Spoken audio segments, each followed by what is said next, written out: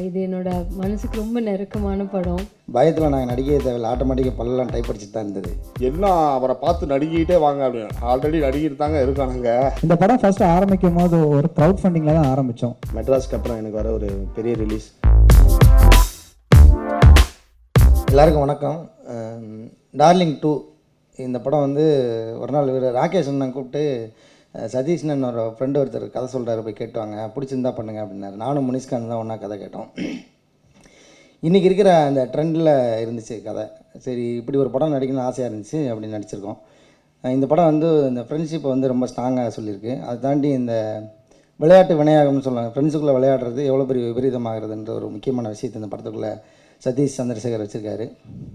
ஊட்டியில் 6 to 6 December மாதம் minus எப்படி இருந்திருக்குன்னு பார்த்துங்க. பயத்தில் நாங்கள் நடிக்கவே தேவையில்லை, ஆட்டோமேட்டிக்காக பல்லெல்லாம் டைப் அடிச்சுட்டு தான் இருந்தது. அந்தளவுக்கு ஒரு எக்ஸ்பீரியன்ஸ் இந்த படம்.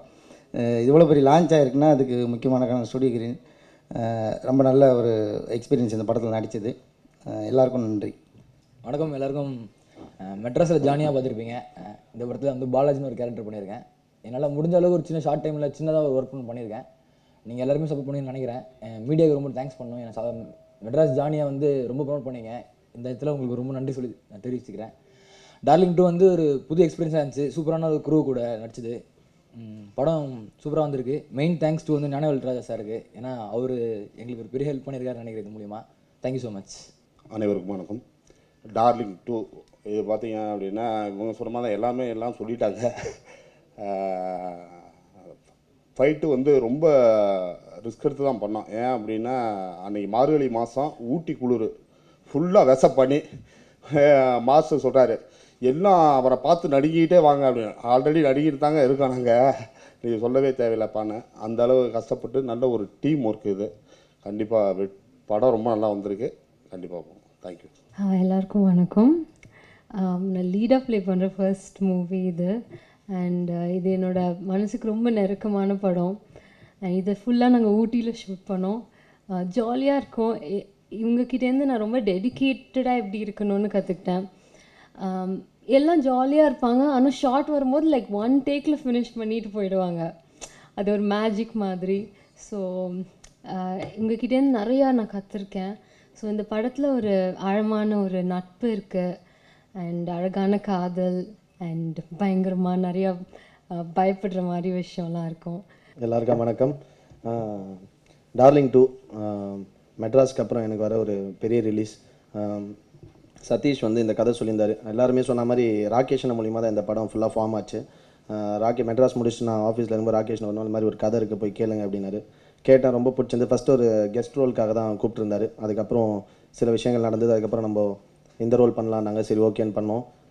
எல்லாருமே ரொம்ப உண்மையாக ஒர்க் பண்ணோம். ஃப்ரெண்ட்ஸுக்குள்ளே நடக்கிற ஒரு ஜாலியான கதை. ரொம்ப லைவாக இருக்கும், இயல்பாக இருக்கும். உண்மையான நண்பர்கள் வந்து இப்போ டூர் பண்ண எப்படி இருக்குமோ அந்த மாதிரி இருக்கும். படம் ரொம்ப நல்லா வந்திருக்கு. படத்தை வந்து அடுத்த லெவல் இப்போ கொண்டு போனது வந்து நம்ம ஞானவேல் சார். இப்போது ஸ்டுடியோ கிரீன் ரிலீஸ் பண்ணுறாங்கன்னே அந்த படத்தை பார்க்குற பார்வையே வந்து வேறு மாதிரி மாறிடுச்சு. ஸோ இந்த மாதிரி வர யங் டீமை நிறைய பேர் வந்து ஞானவேல் சார் தொடர்ந்து சப்போர்ட் பண்ணிகிட்ருக்காரு. இதேமாதிரி அவர் தொடர்ந்து பண்ணோம், ஒரு புது ஜென்ரேஷனை க்ரியேட் பண்ணுறாரு. அதுக்கு ரொம்ப தேங்க்ஸ். இந்த படம் ஃபர்ஸ்ட் ஆரம்பிக்கும் போது ஒரு க்ரௌட் ஃபண்டிங்கில் தான் ஆரம்பித்தோம். ஏன்னா இனிஷியலாக ஸ்டேஜஸில் வந்து ஞானவேல் சார்கிட்ட நான்லாம் அப்ரோச் பண்ணி பேச முடியுமான்னு எனக்கு தெரியல. ஏன்னா வந்து நான் அப்போ புதுசு, எனக்கு எக்ஸ்பீரியன்ஸும் கிடையாது. ஸோ இந்த படத்தை அதான் மதன் ஏற்கனவே சொன்னல, ஷார்ட் ஃபிலிம்க்கே வீட்டில் அவ்வளோ காசு வாங்கினேன் நான். ஸோ நல்ல ஃப்ரெண்ட்ஸ் அண்ட் ஃபேமிலியெலாம் இருந்தாங்க. அவங்ககிட்ட கொஞ்சம் கொஞ்சமாக அப்புறம் ரமீஸ் வந்தார். ரமேஷ் கிட்ட காசு சொன்னப்போ அவர்கிட்ட கொஞ்சம் காசை பிடிக்கிட்டேன். அவர்கிட்டையும் கொஞ்சம் காசை பிடிக்கிட்டு வாங்க நடிக்கலாம் அப்படின்னு சொல்லி தான் ஆரம்பித்து கொஞ்ச நாள் வந்து சதீஷ் சொன்னால, இந்த சங்க சக்கரம் ப்ரொடியூசர், அவர் வந்தார். அவர் வந்துட்டு வந்து அவர் ஸ்கூல் சீனியர். அவர் ரஷீஸ் பார்த்துட்டு டக்குன்னு ஞானவேல் சாரை கூப்பிட்டு வந்தார். அவன் என்ன நினச்சான்னு தெரில. ஞானவேல் சார் வந்தார், ரஷீஸ்லாம் பார்த்தாரு, கதையை கேட்டார், என்னப்பா கதை அப்படின்னு. கதையை சொன்ன உடனே கிளம்பி போனார். சரி ஓகே அப்படின்னு இருந்தேன். அதுக்கப்புறம் 2 நாள் கழித்து வந்து நானே படத்தை டேக் ஓவர் பண்ணிக்கிறேன்னு சொல்லி கம்ப்ளீட்டாக டேக் ஓவர் பண்ணிக்கிட்டாரு. டார்லிங் 2 வந்து அப்புறம் தான் பேர். ஆக்சுவலாக ஃபஸ்ட்டு எதுனா ஒர்க்கிங் டைட்டில் எதுனா வைக்கலாம் அப்படின்னு சொல்லி தான் ஜின்னுன்னு வச்சோம். ஜின்னுன்னா சரக்குன்னு அர்த்தம் கிடையாது. இஸ்லாம் மதத்தில் அது வந்து பேயின்னு சொல்லுவாங்க. ஸோ அவன் உடம்புல பேய் இருக்கு, உடம்பு ஜின்னு இருக்குன்னு சொல்லி. ஸோ அதுவும் ஒரு ஆப்டான டைட்டிலாக இருந்துச்சு. ஸோ ஒரு ஒர்க்கிங் டைட்டிலாக ஆரம்பித்தது தான் ஜின்னு. அதுக்கப்புறம் அந்த ரஷஸ்லாம் பார்த்து ஞானவேல் சார் வாங்கினதுக்கப்புறம் அந்த படத்தை கம்ப்ளீட்டாக டேக் ஓவர் பண்ணி அவரே ப்ரொடக்ஷன் கம்ப்ளீட்டாக முடிச்சிட்டாரு. ஸோ அதுக்கப்புறம் தான் வந்து டார்லிங் 2ன்னு பேர் மாறிச்சு.